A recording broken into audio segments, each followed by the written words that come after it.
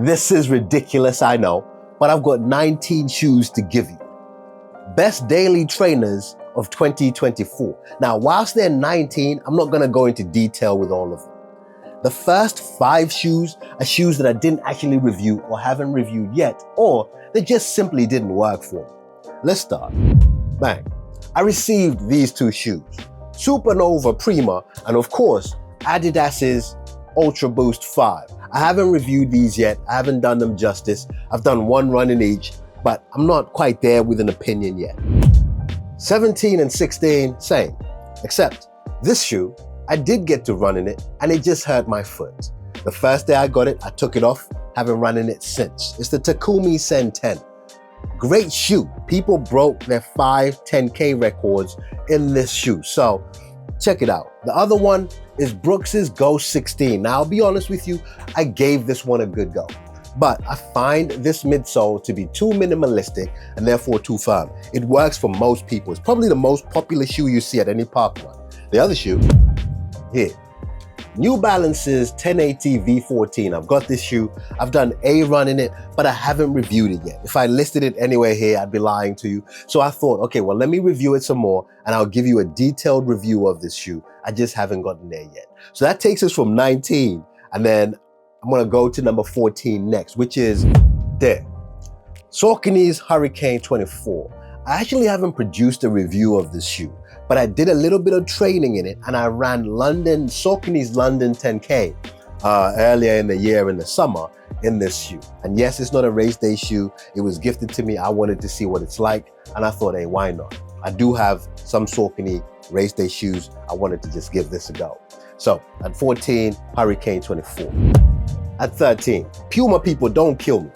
The Velocity Nitro 3, great shoe. It packs all of the kind of features, the Puma grip, the power tape, all the things we like about it. Again, similar to the other shoes. If it's a minimalistic midsole, it's not gonna work for me. So at 13, and I'm moving very quickly because I really wanna focus on the top 10, top 5 shoes. Puma Velocity Nitro 3. Bam, okay. On Cloud Monster Hyper, great shoe. The only reason why it's down this low in this list, it's the only shoe that actually goes past 200 pounds. It's very expensive. It does have premium features. What you're seeing here in terms of the white intersection there, that's a PEBA-based foam and it's really, really good.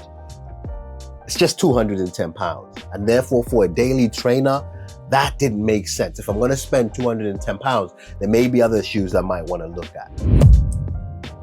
Number 11. Gel Nimbus 26. Now, this is an excellent shoe. Why the heck then, Aubrey, would you put it at number 11? Simple. You can get the 25, which I believe is better than the 26 for much, much cheaper. That's the only reason. If I was looking at this in isolation, yeah, it probably would be higher up on the list because Asics doesn't miss. And this is a great daily trainer for someone that wants a shoe that can do a lot of range, whether that's a slow run, your tempo stuff, at my pace anyway. But you can get the 25. That will probably be my recommendation. Anyway, boom. Ultra Via Forward Experience. It's the first time that Ultra broke that 0 drop mold that they always do and gave us a 4mm drop. Great shoe. But let's move on. Bam.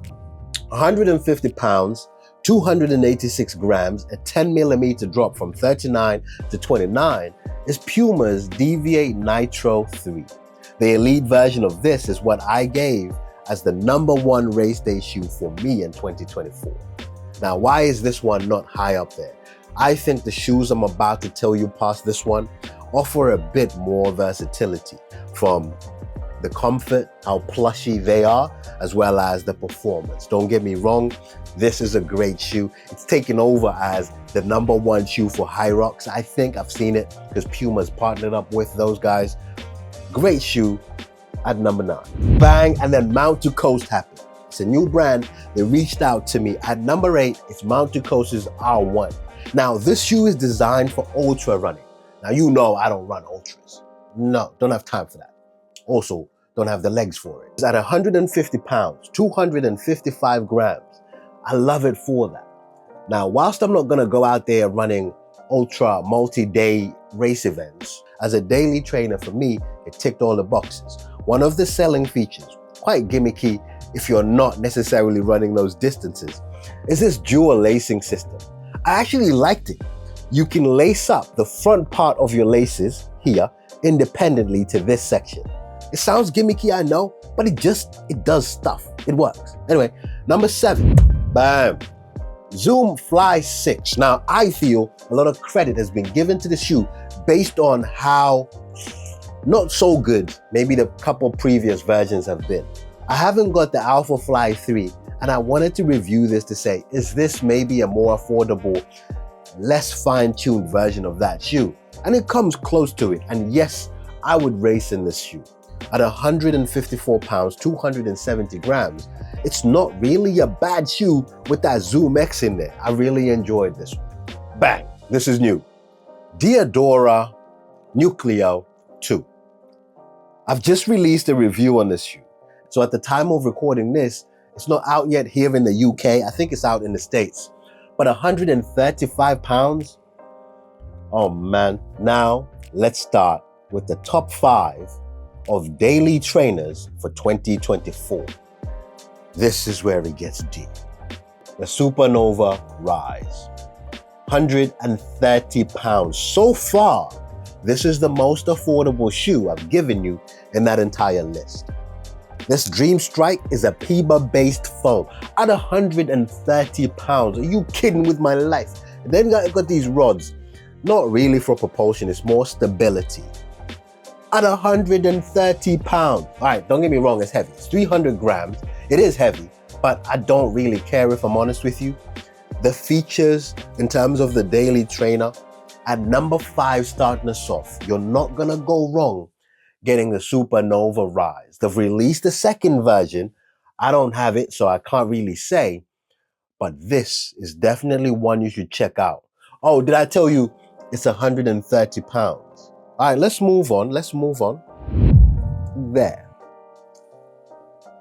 Asics Nova Blast 5. I made a mistake in my review saying 140. That's because I reviewed it before the price was really announced and I was told 140. It's actually 135 pounds here in the UK.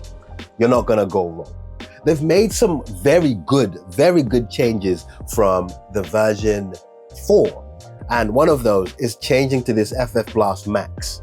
The version 4 needed breaking in. This feels amazing and great straight out of the box. The Nova Blast 5 does not miss. Number 3.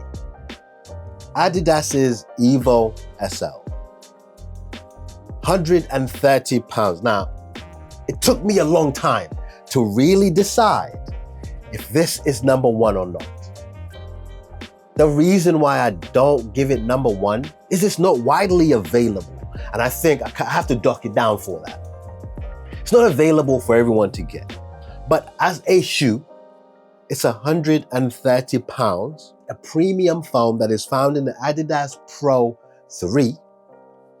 The look of this shoe steals the DNA of the Pro 4 and the Pro Evo. It's just an excellent shoe.